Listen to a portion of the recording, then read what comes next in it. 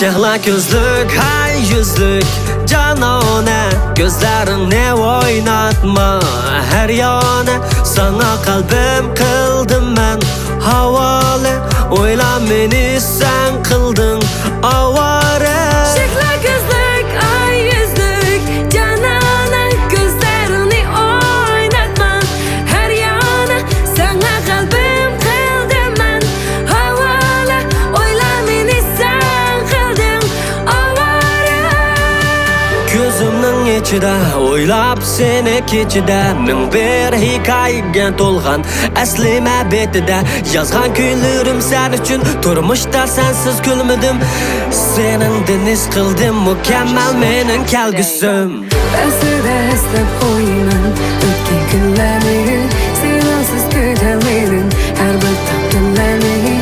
Yanımda ben buradayım, peşimde ben durayım. Sen bilen bilaysan muhabbet gülerini. Attigelikdandaki nurum sen menim, yolumga başlamçı rolum sen menim. Çöllerde çankıganda meni qutqazg'uvchi bir tamchi suyim sen menim. Baxt poyzi bizni apga son, qushlarni chavakini chapga son.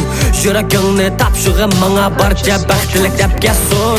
Ko'nglimga kerak emas sendan boshqasi, Yarısın senin bilen bu sevgi nakşisi.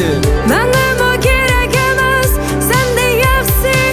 Umarım sen benim yoktur başka çaresi. Gönlümge gerek emas senden başkası. Yarısın senin bilen bu sevgi nakşisi. Bana gerek emas senden yaxşisi.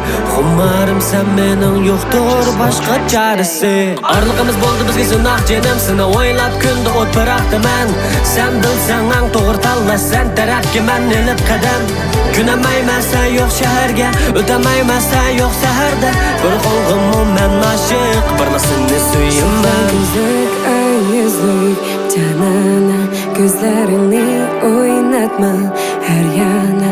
Sana kalbim kıldım ben havale, oyla beni sen kıldın avare. Gönlümge gerek emas senden başkası. Yarısın senin bilen bu sevgi nakşisi. Bana gerek emas senden yaxşisi. Umarım sen benim yoktur başka çaresi. Şehla gözlük, hay yüzlük canone, gözlerini oynatma her yana.